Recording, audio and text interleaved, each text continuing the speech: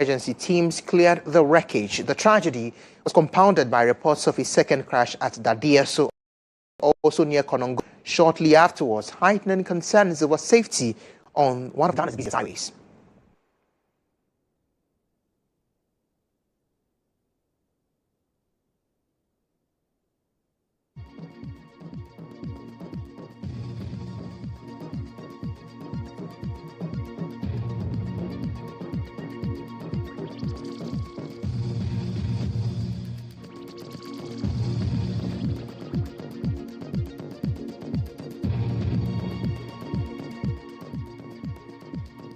Let's get an update on this rather unfortunate incident. Alex King-Nati is with the Public Relations Department of the Ghana National Affairs Service. He's with me on Zoom to bring us up to speed on what relief efforts so far has been following that particular wreckage and accident on the Kumasi Highway. Alex, we are grateful that you could join us on the broadcast. We do know that the death toll is hovering beyond 10. Is there an increase to the numbers now, and what is the state of persons who sustained injuries in that particular crash?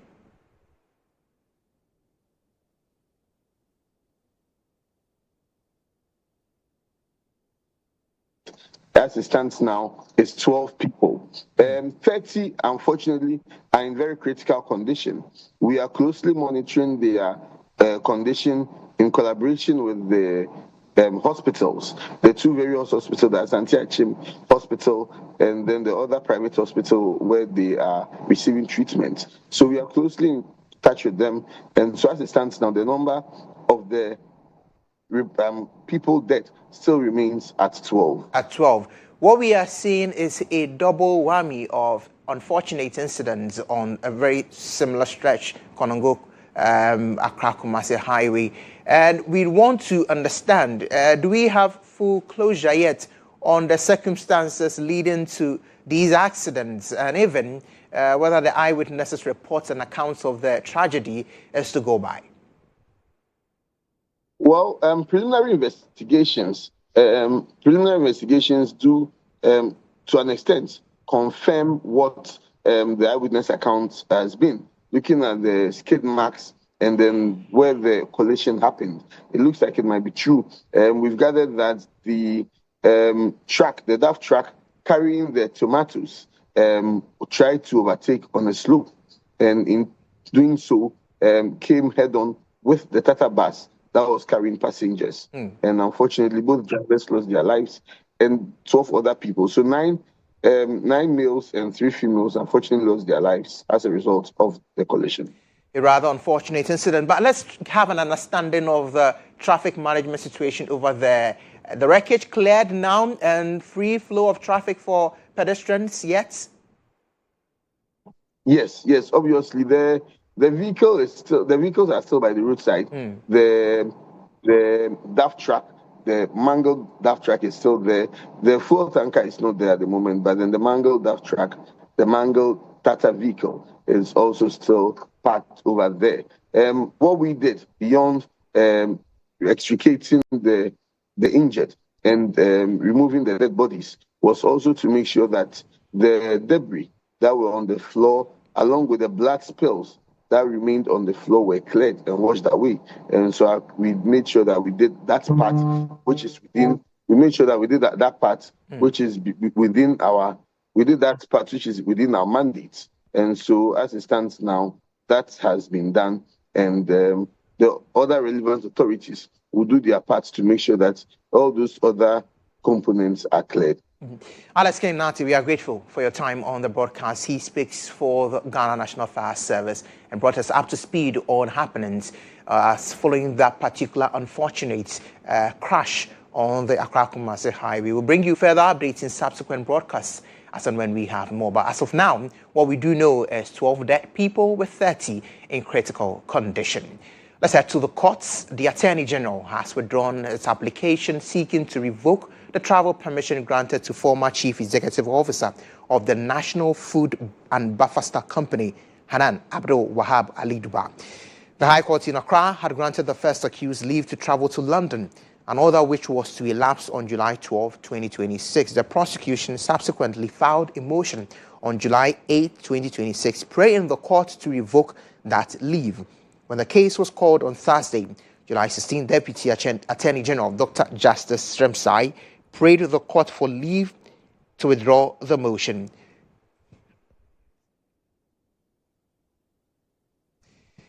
Let's speak to our legal affairs correspondent, Mutala Inusa, who gives us further updates on this particular matter. Mutala, what more do we know from the case in court? So we don't know that on the 4th of July, that was when Hanan was allowed to travel out of the jurisdiction, and he was supposed to stay up to the 12th of July and return his passport by the 14th of July. Now, on the 4th of July, we got the information that he was arrested. Now, subsequently, he was released. But between the time that he was arrested, it means that he could not travel. He was released a day before the expiration of his travel. Now, the Attorney General, upon the arrest, filed a motion on the 8th of July, essentially saying that that permission granted him by the court should be revoked. Unfortunately, the hearing was fixed for the 16th at the time that the order of the court would have elapsed, and the order of the court was to elapse on the 12th of July. This morning, Deputy Attorney General Dr. Justice Sremsai came and intended to move the application, but looking at the fact that the application is moot, withdrew the application, sought leave of the court and withdrew the application.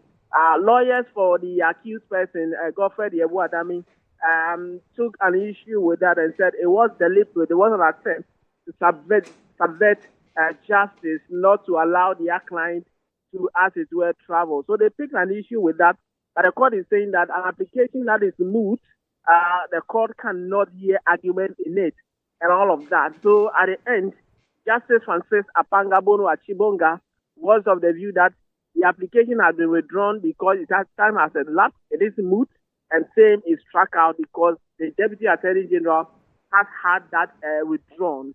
Consequently, it was struck out. But moments after, engaging the former Attorney General, Godfred Yebu-Adami, who is representing the first accused person, this time around, the former CEO of Bafastock, Hanan Abdul Wahab Aludiba. Let's hear what he has to say moments after the case was struck out.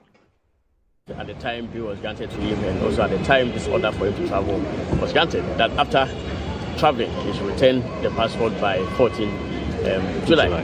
And that has not been done because Yoku arrested him and is keeping the passport. So if the court is not interested in ensuring a compliance with the order for the passport to return to the court very soon, I do not mind. We will not make any application at all to the court for any passport to release. It's up to the court. If the court doesn't want the passport to return again to the rest of the court, so be it.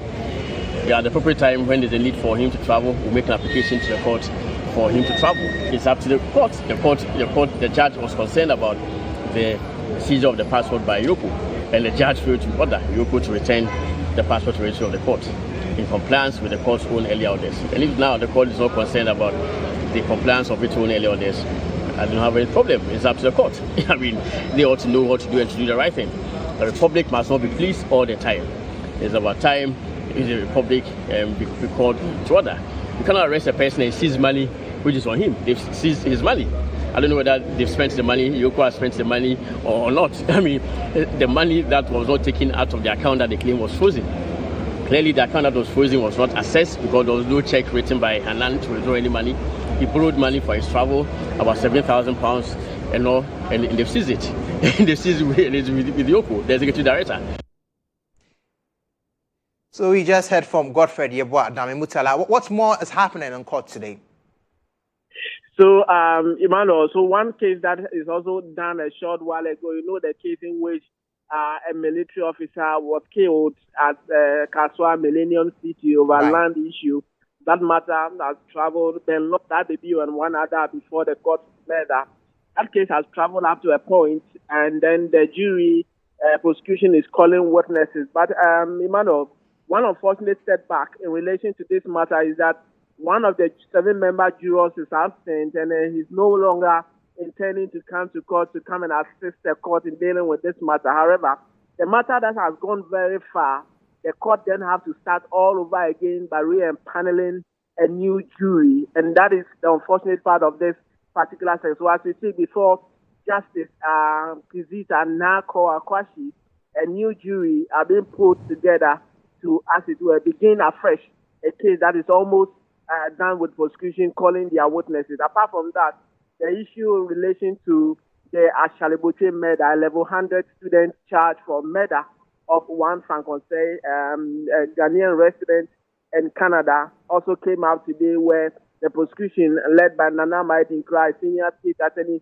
and the lawyers of the accused person are supposed to address the jury. One of the jurors, again, was absent, so the court then has to do it all over again and panel a new jury to, as it will, have this case moved. On the case has since been adjourned to the 27th of July. So these are the updates in relation to things happening at the corridors of the court this week, as we speak. Always delivering the best. Mutala Inusa, we are grateful for that comprehensive report from the court. He is our legal affairs correspondent here at the EIB network. Let's do some politics. The New Patriotic Party has annulled constituency executive elections held over the weekend in Bantama, Ifija-Setre East and Adanse Asokwa, citing breaches of party directives, election regulations, and in some cases, court orders. The party has also summoned the Ashanti Regional Steering Committee to appear before its National Steering Committee on July 21, while election disputes in Asante Achim Central have been referred to the Electoral Affairs Committee for recommendations. The MPP says the decision underscores its commitment to upholding the rule of law and safeguarding the integrity of its internal democratic processes. The statement was jointly signed by the acting national chairman, Dankwa Smith-Bute, and General Secretary Justin Kodia Frimpong.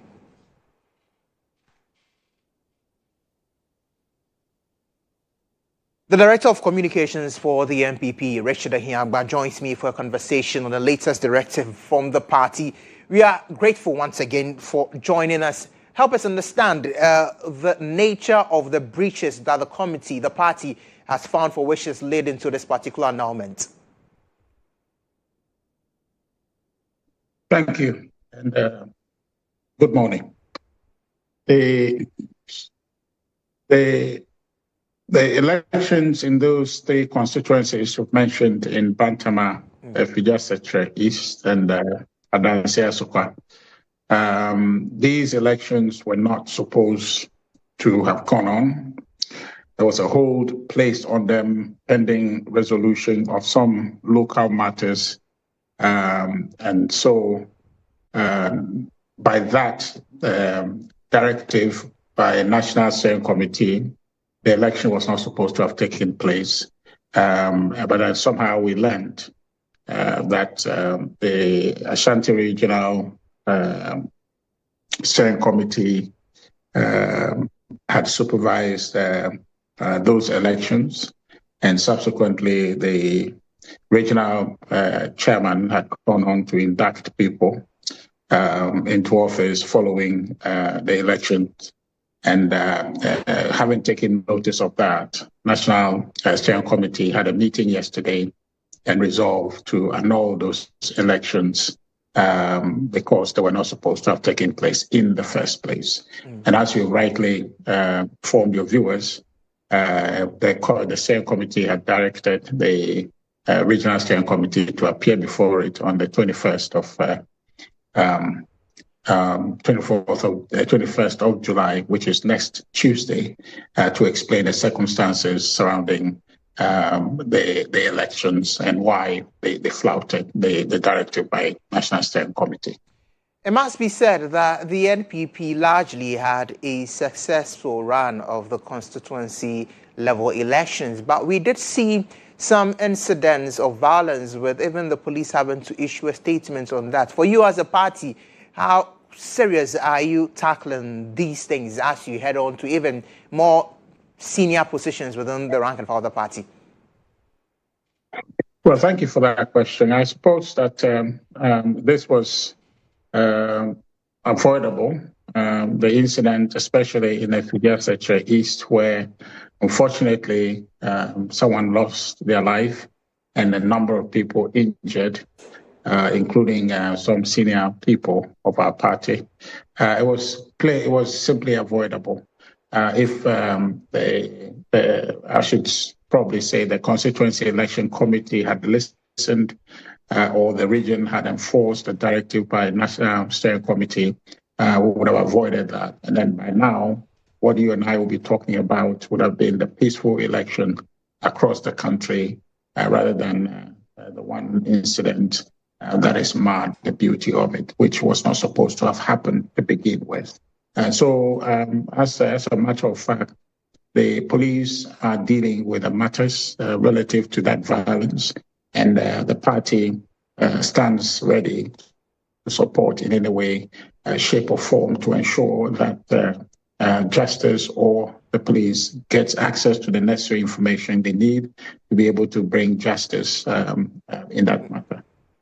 Now, finally, before I let you go, the decision of the party on these number of affected constituencies, I'm wondering, is it affecting the party's timeline for other elections, especially since there's no clear indication yet when there will be a rerun of elections in these constituencies? Right. Well, it just brings some kind of pressure, if you like, and requiring some urgent efforts to dispense with those constituencies by way of letting them undertake their elections. And so yesterday, one of the actions the National Steering Committee took was to refer this outstanding elections, which is about 38 constituencies that are currently outstanding, including Adansia, Sokwa, Bantama, and the Fijase East that have been annulled, have been referred to the Committee on Electoral Affairs to deal with the matters leading to their being held in abeyance for now, and so that we can quickly get back to those elections. So I can assure you that the agency is known to the party, because our timelines are very tight. Next month, the second week next month, we'll be doing our regional elections. And these constituencies are supposed to participate in it. And so all will be done to ensure that the matters outstanding will be dealt with by the Electoral Affairs Committee and their recommendation brought to Steering Committee for action, so that these constituencies can take part in the regional elections and subsequently the national executive elections in September 19th, on September 19th in Ashanti region. Thank you so much for the insight into this particular matter. Richard Agyabeng is Director of Communications for the NPP. Let's speak to a political scientist on the same matter. Jonathan Asante Otri is our expert on this. We are seeing the NPP take a decision to ensure that all of the errors that characterize the constituency-held election would be changed. Jonathan Asante Otri, you are the political analyst. Help us understand, from your point of view, this is a party that is doing the best for itself? Well, let me say good morning to your viewers. It is always better late than never. It is a human institution. They are bound to face some challenges, and it is better that you go back and correct that particular error. You are not supposed to create an impression that you are either siding with this or creating an environment, as it were, to inure to the favor of one against the other. Most often than not, that have been the source of conflict and confusion. I think that this time round, these elements of violence here and there, pulling of guns, people going about machetes here and there, injuring. I mean, this is just an internal elections. And it's supposed to have been fraternal, because we belong to the same, we have the same or common good.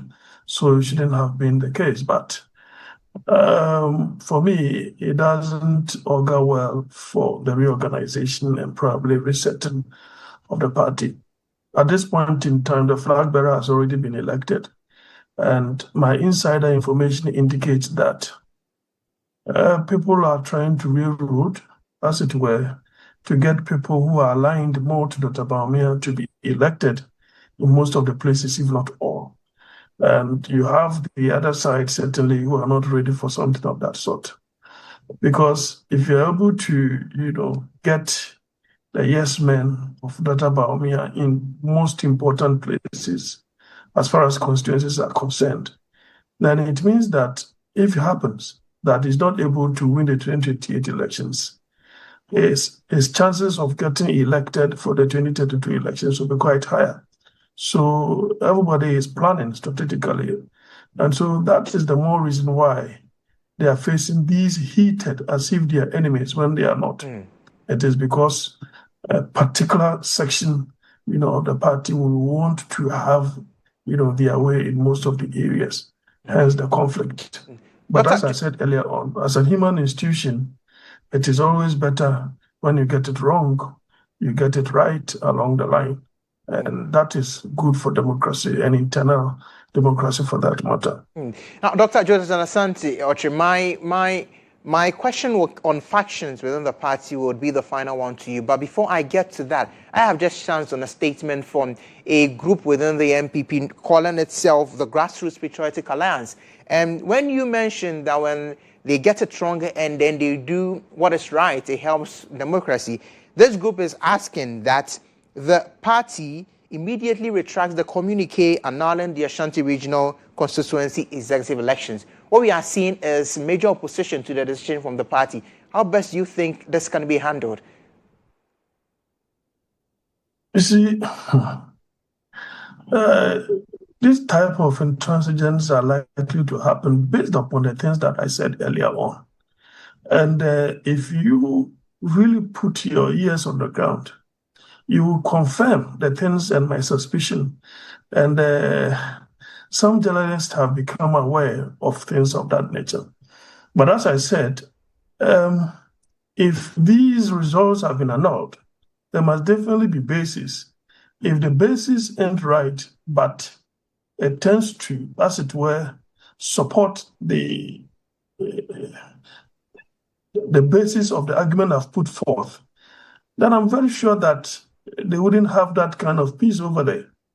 Because if, in fact, for example, Bantama, I'm told that the regional chairman had already,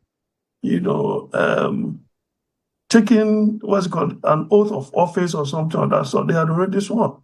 Yeah. And so annulling that particular, results, there must be a good reason or reasons for such an annulment.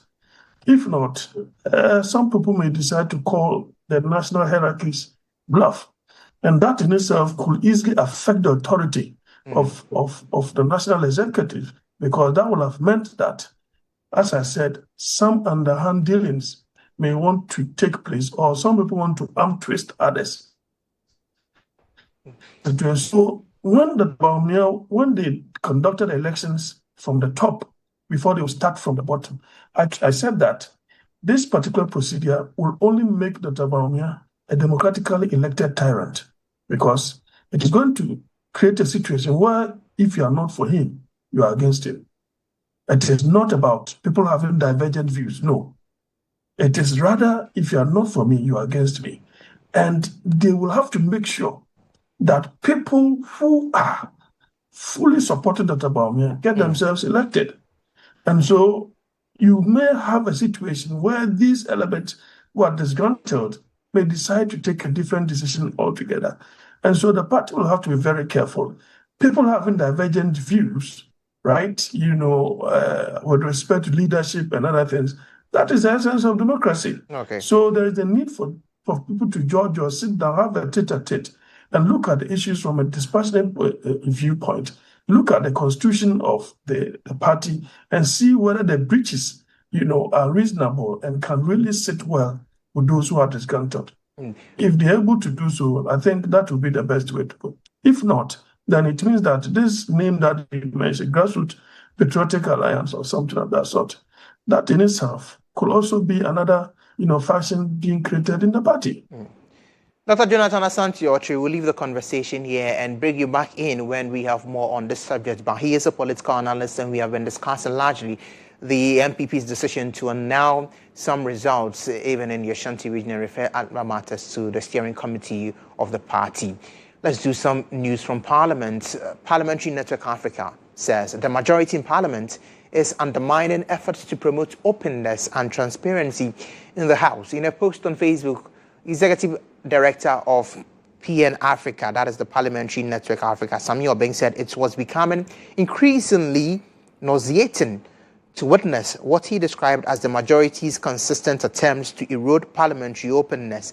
According to him, the NDC majority has been relying on what he called inconsistent interpretations of the standing orders of Parliament to evade transparency and public scrutiny. His comments come after the decision by First Deputy Speaker Bernard Ahiafo to hold the Bank of Ghana's governor's briefing to Parliament behind closed doors on Wednesday, July 15. The majority requested that a committee sitting of the whole session with the Bank of Ghana Governor, Dr. Johnson Isiama, be conducted in camera.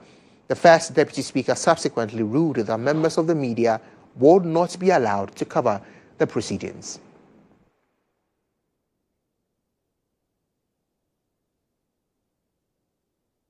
Joining us is the Network Africa Communications lead, Clement Akolo. Clement, we have seen varied commentary and even reporting of the circumstances that led to this particular decision. And some have come across the questions and even the response. In your opinion, the comments that we are receiving from PN Africa, is it one that is valid?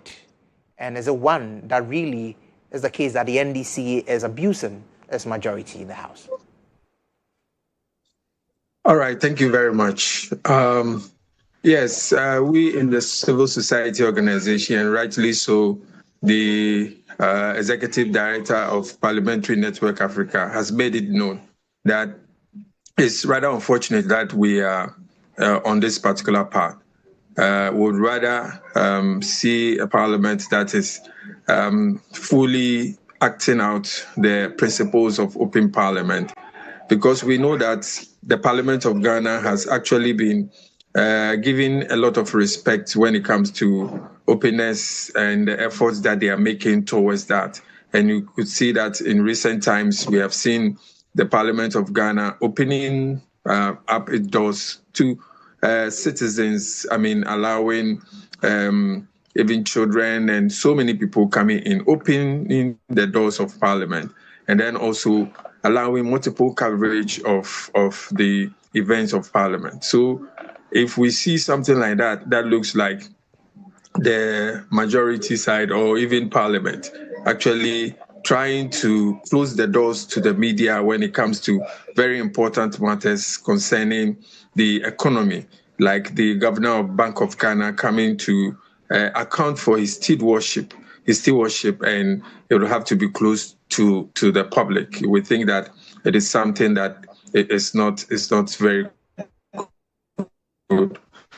And we know that in the past, the committees of Parliament are not open to the public, but with the new standing orders, they themselves realize that to the principles of accountability and open Parliament, there's a need for them to open the Parliament for other people to participate in, for the citizenry to see what is going on, so that we will boost the confidence of people or the citizenry in what Parliament does. So for something like that to happen, it's not the best of it.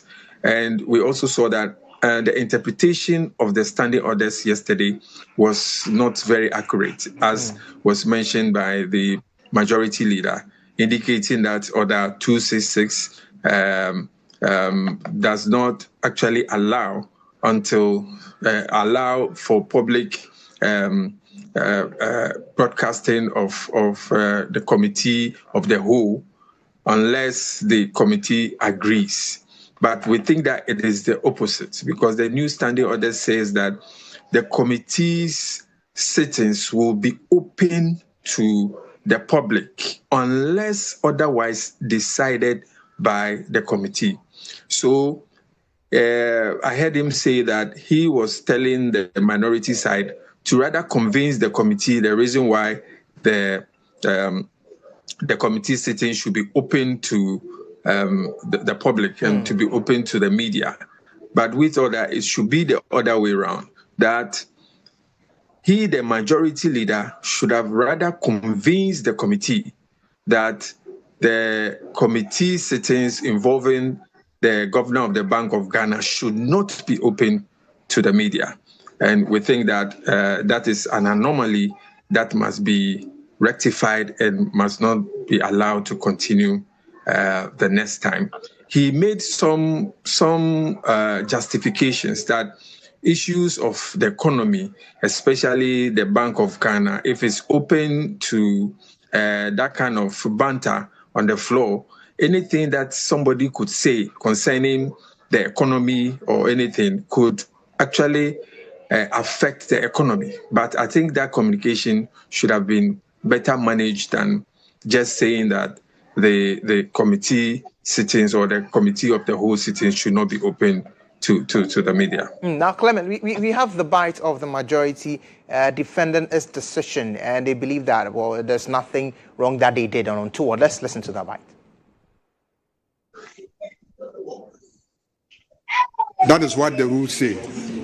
Many of you have been covering this house for so many years, and you all know that apart from the ministers, all the other independent constitutional bodies that come, they come and appear before the committee of the whole. And you all cover this house, and you know that when the administrator of Common Fund comes, have we allowed you to ever cover it? I'm asking you journalists, do you cover the Common Fund administrator?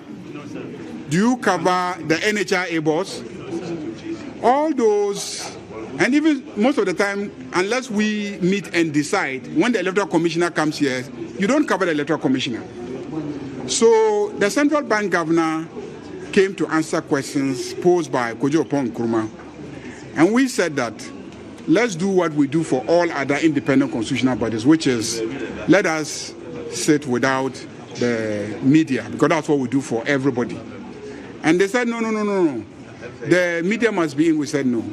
Our practice has always been that for these independent constitutional bodies, we don't hear them at plenary, and we don't do it before the cameras. And they said we had set a precedent by inviting the media to participate. The last time we invited the governor to answer questions regarding the cost of the office building of the Bank of Ghana. And so because we had set that precedent, at all times we must allow the media in. Now I said, it is up to the committee to decide, because if you read our standing orders, it says in order 266 that meetings of committees, and the committee of the whole is also a meeting of the committee. So it says that proceedings of a committee shall be held in public except otherwise determined by the committee. So I asked them to convince the entire committee to want to sit in public. But if you don't convince the entire committee to agree to sit in public, you cannot force the committee to sit in public. And well, Clement, you just said the majority leader, Mahama Yariga. Briefly, what's your reaction to this particular defense he's still mounting on what happened in Parliament yesterday?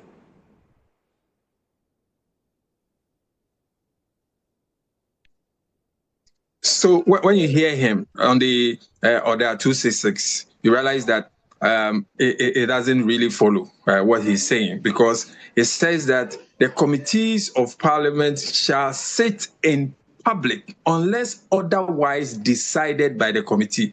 So the natural flow is that they will sit in public. But if there is a reason why they will not sit in public, the committee will decide.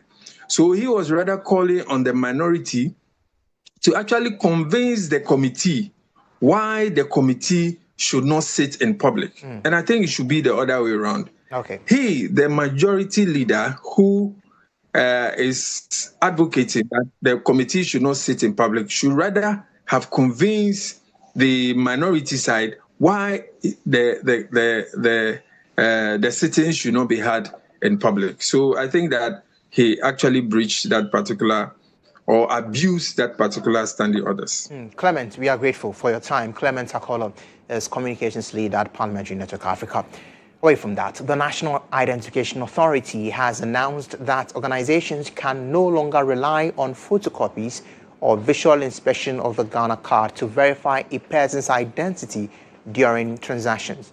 The NIA says biometric verification is now mandatory under amendments to Legislative Instrument 2111, which came into force after being gazetted on July 15. Executive Secretary Ayra Koku says any institution that continues to verify identities by simply inspecting or photocopying the Ghana card will be in breach of the law. He warns that offending institutions could face hefty fines, while individuals who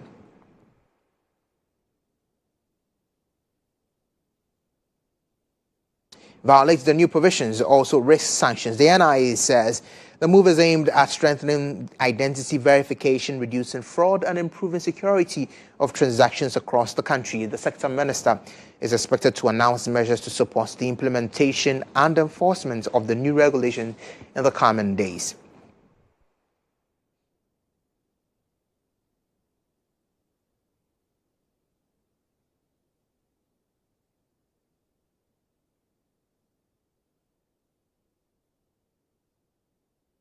Well, we were able to speak to the head of corporate affairs, the NIA, William Poma Dallas, for much clarity on this particular directive. Although we do know that the minister would outline some measures to enforce this particular new amendment to the law, many are still left wondering whether or not the fiscal verification, what really it means.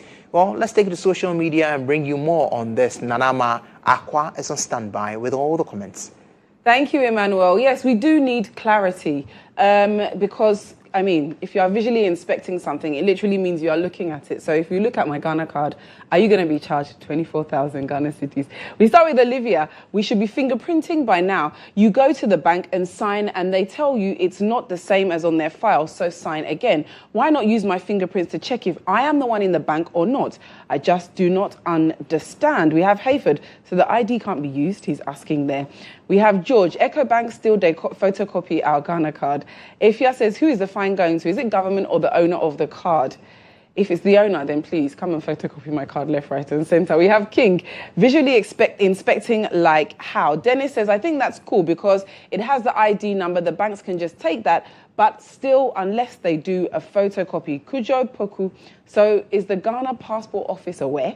Mick Mensa, banks don't inspect Ghana cards. They only take numbers on it simply. I don't know which bank you are at. We have our next comment. If implemented well, biometric verification could make identity checks more secure while helping to reduce fraud. Public awareness will also be important so people understand the new process and what it means for their everyday transaction. We also have Shepherd Komla, Ghana card now, passport to heaven. We have Selom Romeo, big institution employees using their eyes to determine if the card holder is really the one on the card. The institutions have to get the verification machine and software from the NIA and use it to verify people. This directive is only for institutions and not for individuals or small businesses like Momo vendors. We have Caesar. Is the Registrar General paying attention? Kofi Selom, channel this law to institutions to be aware of this. Richard Ampoma in Tiamwa, I want to know the rationale behind this. Stan Sechi, what if they request for ID numbers? That's not mentioned there. We have Nana B. Ejinim. So where should we report the banks to when they do such? Saya says, what of the banks or financial institutions? Ejayao, do we have data that our names and card numbers are saved? How can one business or company always request your identity card when they've taken information on it before? So by the comments, we can see that more clarity is needed. My name is Danama Aqua. Continue to send us your messages on Instagram, Facebook, and on X. Emmanuel, back over to you. Thank you so much, Danama Aqua, for bringing us what our viewers are saying on social media. The Ghana Medical and Dental Council has disclosed that 17 medical practitioners have been reported to have mental health conditions, while 12 others are battling substance abuse. During a visit by Parliament's Health Committee, the Registrar of the Council, Dr. Divine Banyubala, expressed concern over the situation and assured the committee that measures are being implemented to address the challenges and strengthen the resilience of the healthcare workforce. Now, for practitioners, we have had, and I'm happy to indicate that we are the leader in Ghana when it comes to fitness to practice issues, and we are happy that our colleagues, the Nursing and Midwifery Council, benchmarked, and then we supported them, and they also have a fitness to practice document. It is our hope that the general public sector at least will have, all of them will have fitness to practice things. So we have practitioners who have mental illness, different kinds. Some of them are on substances, and then, others, when this referral is made, we set up a health assessment panel. And in one case, when the health assessment panel met and assessed, we saw that there was nothing of note. But of course, we do what we call watchful, waiting. But it's a major problem. And in February, we convened a stakeholders meeting, and everybody came, and then it came up with some important. So it was February that we convened the stakeholder meeting, and the consensus is that we needed to lead the process of conducting a baseline study on mental health and fitness to practice among our healthcare workers in Ghana to deal with healthcare system resilience issues, and the focus on that, and to see whether or not there are any workplace arrangements to deal with healthcare workers who themselves may need care, burnout, and things like that. Well, as mentioned earlier, the disclosures were made when Parliament's Health Committee visited the Medical and Dental Council. Chairman of the committee, Market Nawani, assured of Parliament's support to help change the narrative. Problem extensively at the committee level for several years. In fact, we were able to get it being reduced gradually. And as we speak now, we have a letter or a petition, should I call it, before the finance minister on this issue.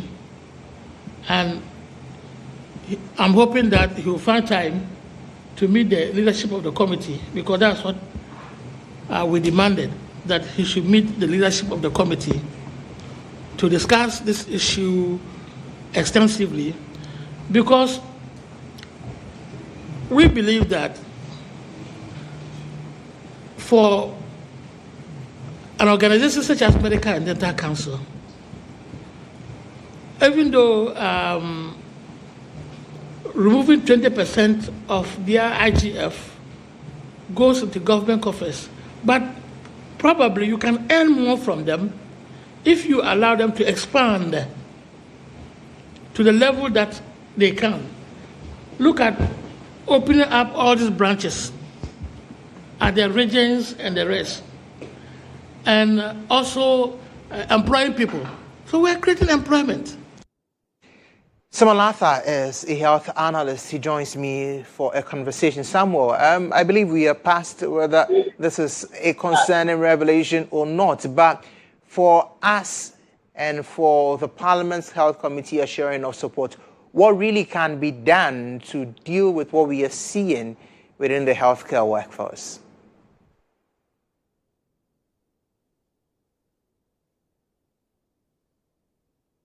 Samuel Arthur, are you with me?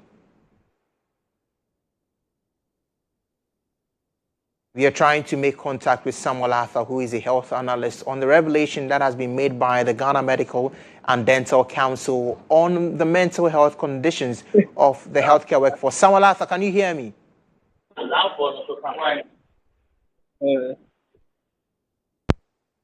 Unfortunately, we seem to be having challenges reaching out to Samuel Arthur. We were able to engage him to understand really what manner of support Parliament can do through his health committee to help what we are seeing with our healthcare workforce. Already we do understand that some are battling mental health conditions, with some over 10 suffering from substance abuse. And if you heard from the Medical and Dental Council earlier, their position is that the workforce conditions must change. And then that assurance from Dr. Mark Nawani, who is Parliament's chair for the Health Committee, was that they would help to change the narrative.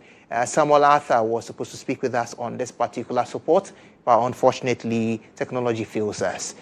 So when we have him, we'll bring you that conversation.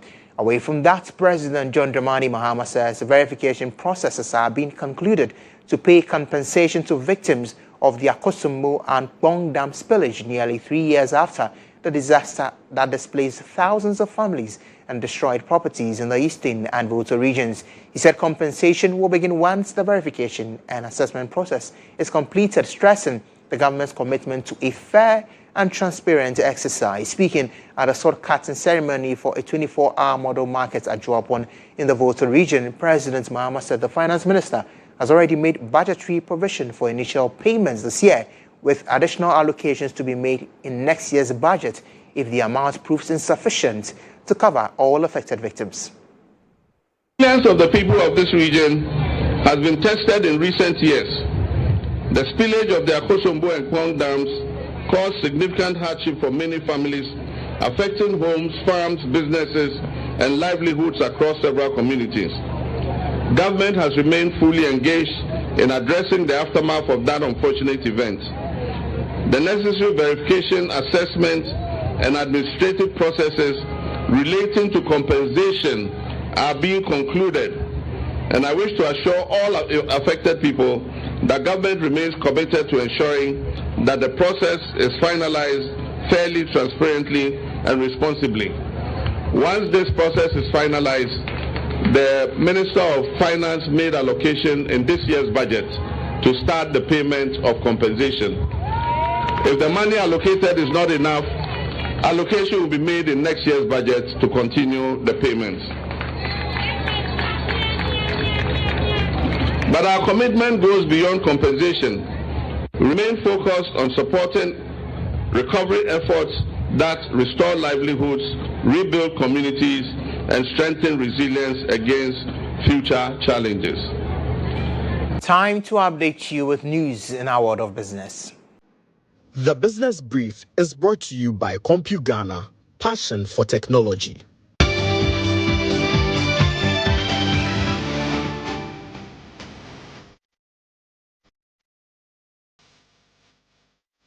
Customers of the defunct Gold Coast Management Company, that's Gold Coast Fund Management Company, who had their funds locked up are demanding the intervention of President Mahama.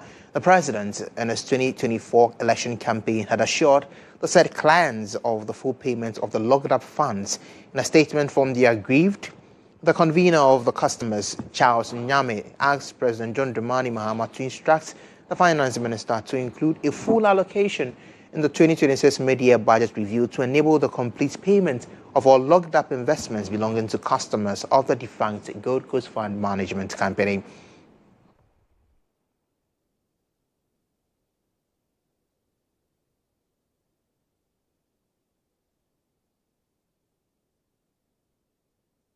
Let's speak to Charles Nyame for more on this. Charles, help me understand fully, since the coming into office of President John Dramani Mahama and his government, has there been any form of engagement and has there been any form of communication with you whether or not this particular promise will be fulfilled?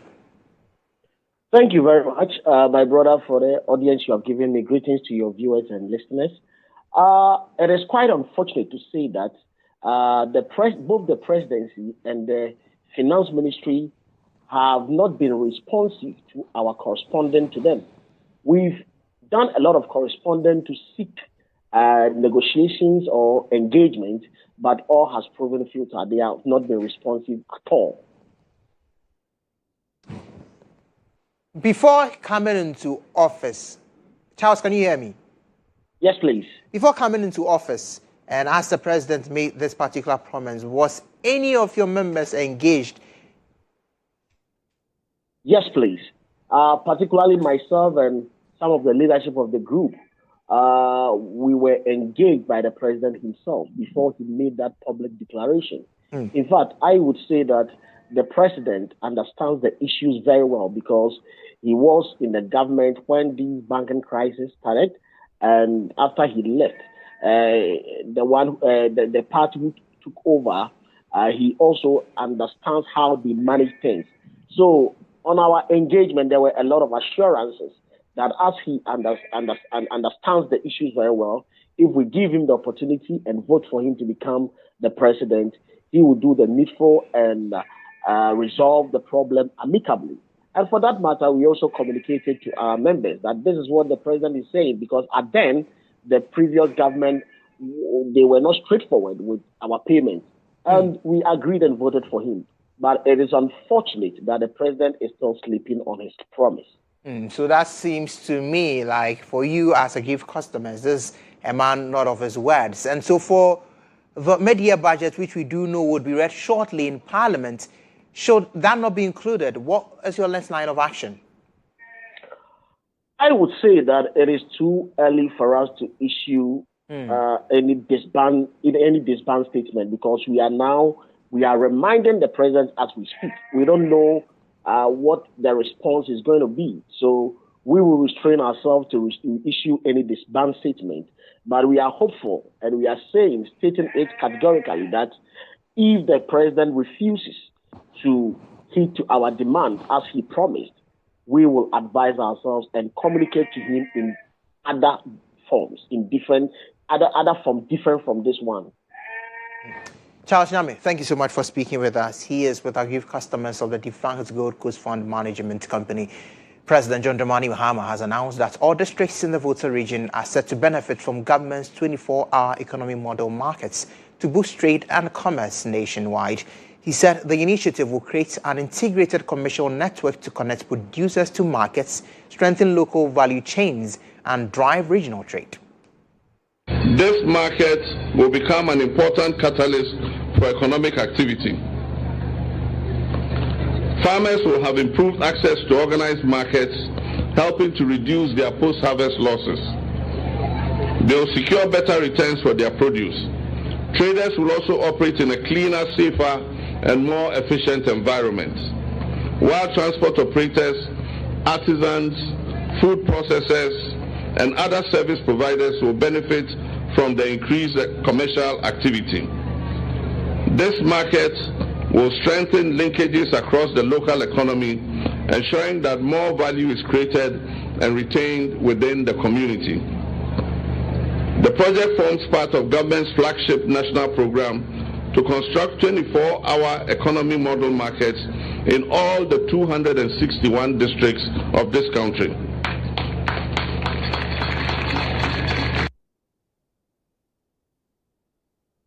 That's it for the world of business. The Business Brief was brought to you by CompuGhana, passion for technology. Let's bring you some updates on the recent xenophobic attacks in South Africa before we bring you other bulletin stories. The remains of Ghanaian national Bashiru Isaac, who was killed during the attacks in South Africa, have been brought to Ghana, as government intensifies efforts to secure justice for his death.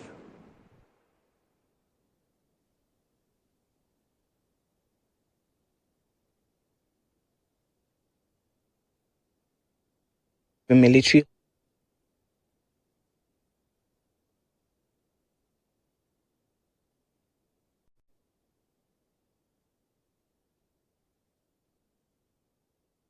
Affairs confirmed that Mr. Isaac's body arrived at the Kotoka International Airport on Tuesday, July 14, 2026, at 6:40 p.m., following arrangements made through its High Commission in Pretoria and with the consent of his family. Senior officials from the Ministry of Foreign Affairs and members of the bereaved family received the body at the airport before it was conveyed to the 37 military hospital. The ministry identified the deceased as Bashiru Isaac, describing him as a law-abiding citizen and a devoted father of three. It said the confirmation contradicts earlier claims made by some South African officials regarding his identity. An independent autopsy will be conducted in Ghana after both the High Commission in Pretoria and the family were unable to obtain an official autopsy report from South African authorities. The ministry said Ghana remains determined to pursue justice and has renewed its call for expedited investigations, the arrest of those responsible and their prosecution. Following the autopsy, Mr. Isaac will be buried in accordance with Islamic customs. In a statement, the Ministry of Foreign Affairs confirmed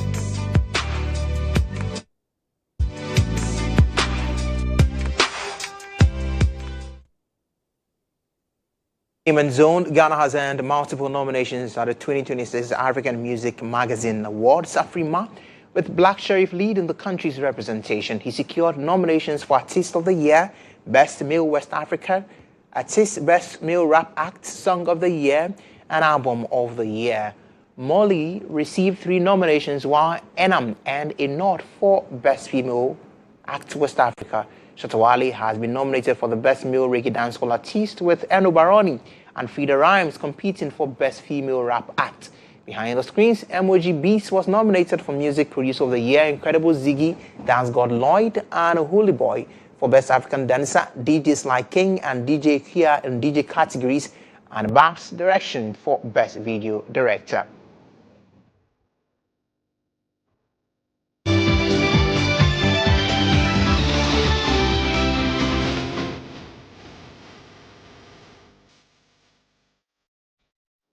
On international front, we take you to Algeria, where the country's Civil Protection Department said 19 others were injured in the blaze, which firefighters began to tackle early today. They were still attempting to extinguish the fire just over 3 hours later when the authorities released an update on the situation. And this is due to the heat wave that Algeria has been experiencing for several days now, with nearly 1,000 fires recorded in the space of a week.